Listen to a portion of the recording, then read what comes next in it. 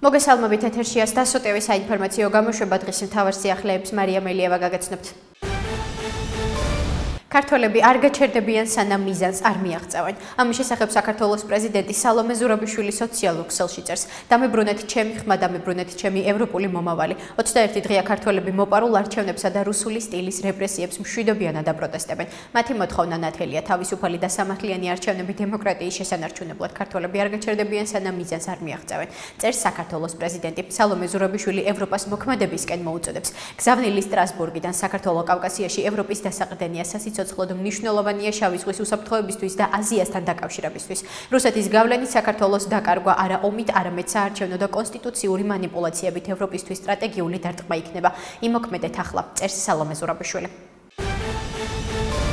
ევროპის საბჭოს გენერალურ მდივან ალან ბერსესთან შეხვედრაზე განვიხილეთ საქართველოში მიმდინარე პროცესები, რეფორმები, ასევე ევროინტეგრაციისკენ მიმავალი გზა. ხაზი გავუსვით ევროპის საბჭოს უმნიშვნელოვანეს როლს ამ ძალისხმევის მხარდაჭერაში. ამის შესახებ საქართველოს პრემიერ-მინისტრი ირაკლი კობახიძე X-ზე წერს: მქონდა პროდუქტიული შეხვედრა ევროპის საბჭოს გენერალურ მდივან ალან ბერსესთან. განვიხილეთ საქართველოში მიმდინარე პროცესები, რეფორმები, ასევე ევროინტეგრაციისკენ მიმავალი გზა. ხაზი გავუსვით ევროპის საბჭოს უმნიშვნელოვანეს როლს ამ ძალისხმევის მხარდაჭერაში. გენერალურ მდივანს გულწრფელი მადლობა მოვახსენე მისი პირადი წვლილისთვის ჩვენი თანამშრომლობის გაძლიერებაში. დარწმუნებულნი ვართ, რომ მისი აქტიური მხარდაჭერა, რომელსაც ჩვენთვის უდიდესი მნიშვნელობა აქვს, მომავალშიც გაგრძელდება, წერს პრემიერ-მინისტრი. ნებისმიერ მხარდაჭერაზე, რომელიც პრეზიდენტ ზურაბიშვილს დასჭირდება, ჩვენ მზად ვართ. ამის შესახებ ძლიერი საქართველოს ერთ-ერთმა ლიდერმა ბადრი ჯაფარიძემ ტელეკომპანია პალიტრანიუსის გადაცემაში 360 გრადუსი განაცხადა. შეკითხვაზე ევროპარლამენტის ტრიბუნიდან პრეზიდენტ სალომე ზურაბიშვილის მიერ გაკეთებული განცხადების შემდეგ, რომლის მიხედვითაც ერთ კვირაში პრეზიდენტს დაცვა აღარ ეყოლება, ხომარ უფიქრიად გამოსავალზე ოპოზიციის წარმომადგენლებს ჯაფარიძე პასუხობს, რომ სალომე ზურაბიშვილი დაცვის გარეშე არ უნდა იყოს, რა მხარდაჭერაც დასჭირდება პრეზიდენტ ზურაბიშვილს, ამ მხარდაჭერისთვის მზად ვართ, რადგან მიგვაჩნია, რომ პრეზიდენტი ზურაბიშვილი ძალიან დიდ როლს თამაშობს ქვეყნის სახელმწიფოებრიობის და ევროპული მომავლის გადასარჩენად. შესაბამისად, ჩვენ ვალდებულნი ვართ მას ნებისმიერი მხარდაჭერა აღმოვუჩინოთ, რომელსაც საჭიროებს და რომელსაც განსაზღვრავს, განაცხადა ჯაფარიძემ. საგარეო საქმეთა მინისტრმა მაკა ბოჭორიშვილმა საქართველოში არაბთა გაერთიანებული საემიროების ელჩთან გაცნობითი შეხვედრა გამართა. ამის შესახებ ინფორმაციას საგარეო საქმეთა სამინისტრო ავრცელებს. როგორც გავრცელებულ ინფორმაციაშია ნათქვამი, ელჩმა მიულოცა მინისტრს თანამდებობაზე დანიშვნა და წარმატებები უსურვა მას მომავალ საქმიანობაში. შეხვედრის ფარგლებში მხარეებმა კმაყოფილებით აღნიშნეს, რომ ქვეყნებს შორის კავშირები ინტენსიურად ვითარდება.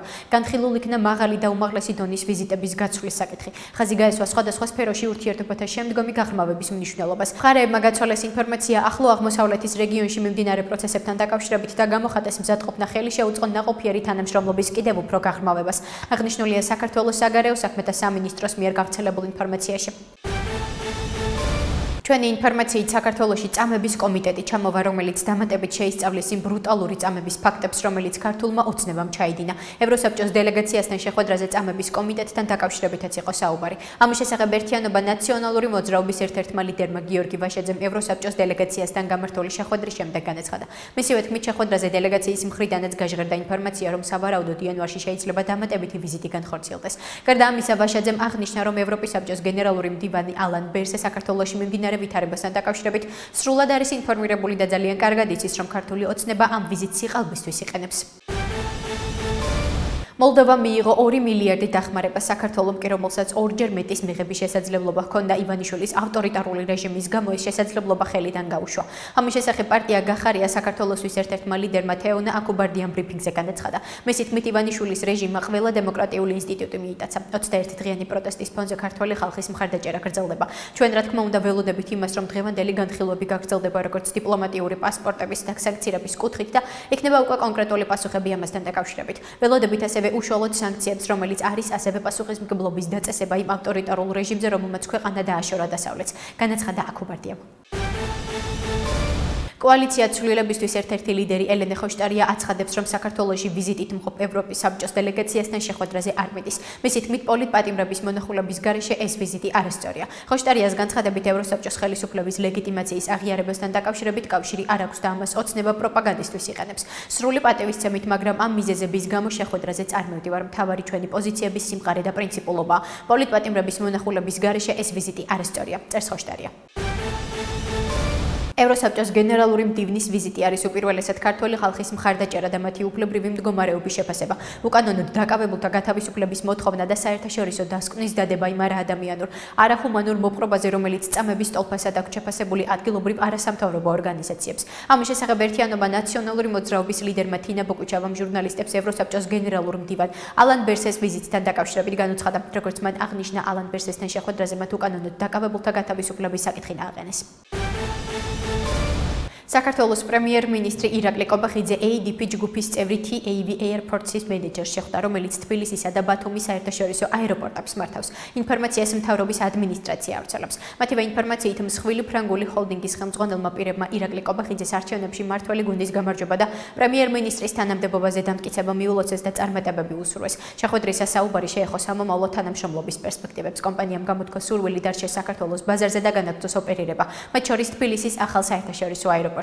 კომპანიის წარმომადგენლებმა ისაუბრეს სამომავლო გეგმებსა და სახელმწიფოსთან მჭიდრო თანამშრომლობაზე, რათა თბილისის საერთაშორისო აეროპორტის ინფრასტრუქტურა მოპასუხოს გაზრდილ მგზავრთნაკადს და ახალი ავიაკომპანიების საჭიროებებს. აღინიშნა, რომ წლის ბოლომდე მგზავრთნაკადი თბილისის საერთაშორისო აეროპორტში 1 მილიონით გაიზრდება და თითქმის 5 მილიონს მიაღწევს.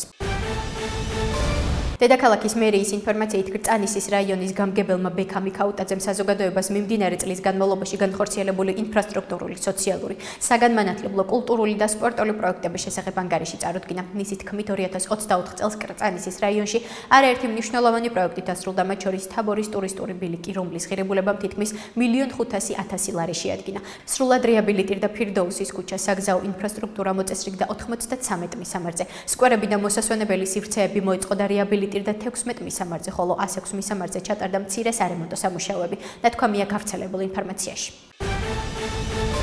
ბოლო ორ კვირაში გრიპის გავრცელების მაჩვენებელი გაორმაგდა. ჭარბობს კარგად ცნობილი ღორის გრიპი. ძალიან ბევრი ბავშვი წევს იაშვილის კლინიკაში ფილტვების ანთებით. ჰოსპიტალიზაციის მაჩვენებელიც გაზრდილია. ამის შესახებ იაშვილის სახელობის ბავშვთა ცენტრალური საავადმყოფო სამედიცინო დირექტორმა ივანე ჩხაიძემ მედია ცენტრ მთავარში განაცხადა, როგორც ჩხაიძემ განმარტა, დღეს საქართველოში დადასტურებული გრიპის შემთხვევების რაოდენობა 25%-ს შეადგენს. ჩვენს კლინიკაში ახლა ყველაზე ბევრი პაციენტი წევს რესპირაციული ვირუსით. მათი აბსოლუტური უმრავლესობა გრიპის ვირუსია, შემთხვევათა 30-40%-ში ვითარდება ფილტვების ანთება.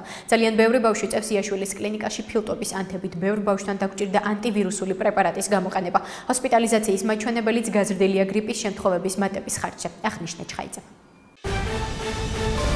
გარემოს დაცვისა და სოფლის მეურნეობის სამინისტროს გარემოს დაცვითი ზედამხედველობის დეპარტამენტი წინა საახალწლო პერიოდში ხემცენარეების მოპოვებაზე, ტრანსპორტირებასა და რეალიზაციაზე კონტროლს ამკაცრებს. ინფორმაციას გარემოს დაცვითი ზედამხედველობის დეპარტამენტი ავრცელებს. მათივე ცნობით, აღნიშნულ პერიოდში პრიორიტეტი იქნება წიწვოვანი ხემცენარეების უკანონოდ მოპოვების ფაქტების აღმოფხვრა.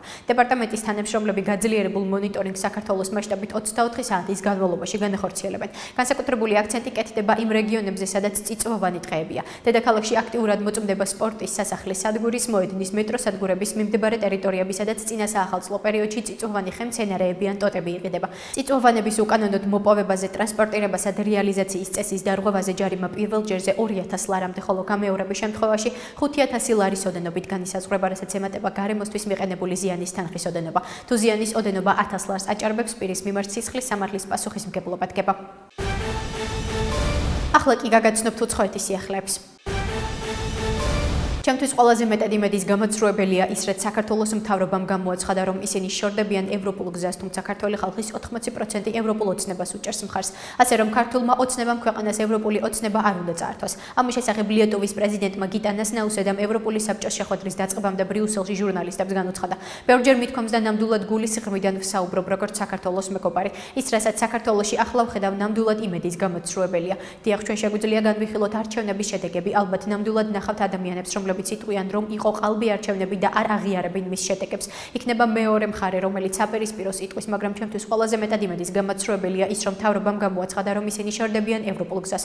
თუმცა ქართული ხალხის 80% ევროპულ ოცნებას უჭერს მხარს, ასე რომ ქართულმა ოცნებამ ქვეყნის უმრავლესობას ევროპული ოცნება არ უნდა წაართვას, აღნიშნა გიტანას ნაუსედამ. ვხედავთ რა ხდება პოლიტიკურად, მაგრამ იმასაც ვხედავთ თუ რა გავლენები მოქმედებენ საქართველოში. ამის შესახებ ბელგიის პრემიერ-მინისტრმა ალექსანდრ დე კრომ ბრიუსელში ევროპული საბჭოს სამიტის დაწყებამდე ჟურნალისტებს განუცხადა.